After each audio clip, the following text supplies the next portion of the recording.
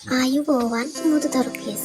අද මං කරන්න හදන්නේ නිල් මානිල් මලක් විදියට පූජා මලක් හදන්න.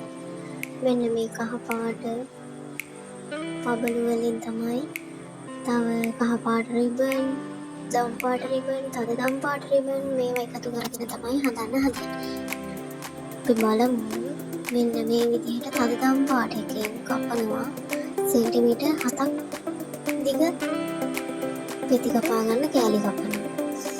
සෙන්ටිමීටර් 7ක් දිගට කපලා ඊට පස්සේ ඒක පෙති හැඩේ ගන්න එක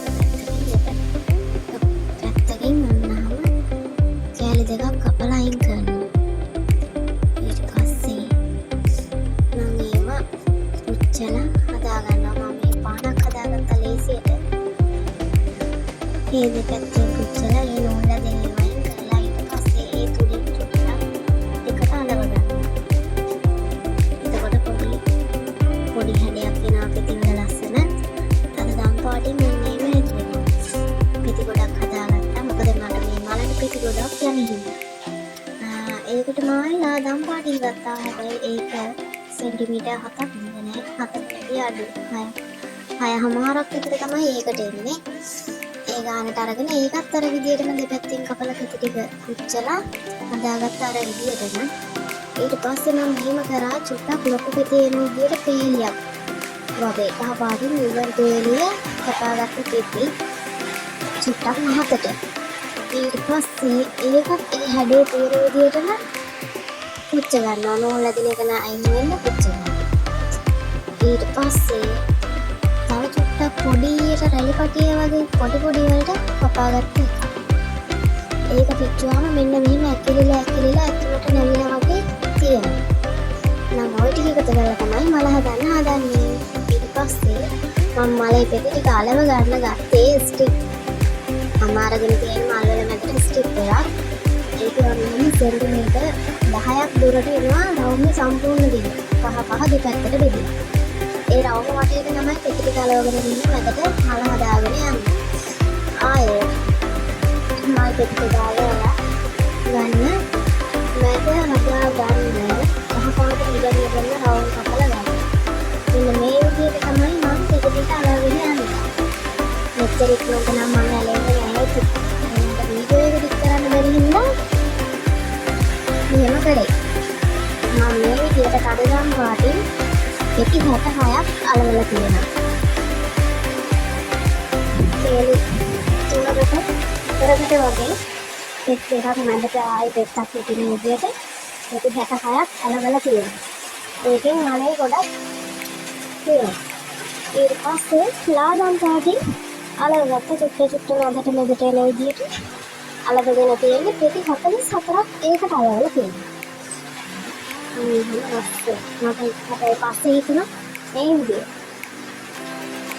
මෙන්න මෙහෙම පෙති චුට්ටක් ලොකුවට කපාගත්ත කහ පාට රිබන් පටිය වටේට අලවගෙන තියෙනවා. ඒක ඇලෙන්න විදියට රවුම අලවන්න බැරි නිසා පෙති දෙකක් අලවනවා. ආයි පොඩි රවුම් හැඩයක් ගන්න මුල්ලක් නවලා අලවනවා. පෙත්තකට පෙත්තක්. ඊට පස්සේ ආයි පෙති දෙකක් මලේ අලවනවා. ඊට පස්සේ ආයි ඒ මුල්ල පෙත්තක් උඩ පෙත්තක් අලවනවා. එහෙම තමයි මල මැදටම රවුමට අලවගෙන ඉන්නේ. ඒ විදිහේ පටි දෙකක් කලවක කහ පාට දෙකක් වැඩිපුර ඕනේ තියෙන ඉතිරිනවා. පස්සේ නම් අලවන්නේ අර චූටියට පොඩි රැලි කපලා පුච්චගත්තේද රැලි ඇතුළට නැවිලා වගේ තිබුණේ. ඒක නම් ඇතුළට ආවයින් යන ලේසියෙන් වැඩි පොඩි ගැට්ටක් තියෙනවා. ඉන්න ඒක ඇතුළට වහම එළඹුවම ගානට මෙදින් ඉස්සලා රැලි ටික උඩට ඇවිල්ලා තියෙනවා. ඒක මම මේ විදිහට අලව ගන්නවා. ඒක අලව දෙනවා. ඊට පස්සේ මම පබල විතරක් කළේ මරි රම් පාට තේරෙන්නේ කහ පාටින් රිබන් වලින් රවුම් කපනවා. පස්සේ ඒක අලවලා නඩවහනවා. මලේ මැද කහ පාට දෙකකට සම්පූර්ණ තියෙනවා. ඊට පස්සේ මම දන්න විදිහට නිර්මාණය මලේ මැද තියෙනවා වටේට දෙකක් වගේ ඉඳලා. ඒ හින්දා තමයි මම මේ ගෝල්ඩ් කලර් එකෙන් කපල ගන්නේ. මම ඒක රවුමට අලවනවා. මලේ මුද හැදව ගන්න ලබන චූටි ලස්සන හිසෙන මලක් කරනවා. මට උපරිම හදාගන්න පුළුවන් උපරිම හැඩය තමයි ඔය හදාගත්තේ.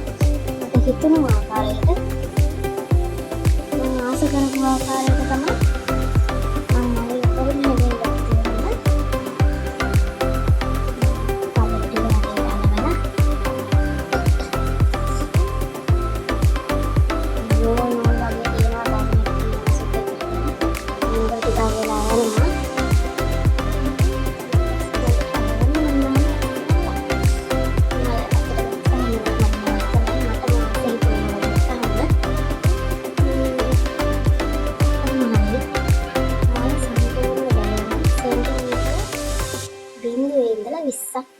දිග.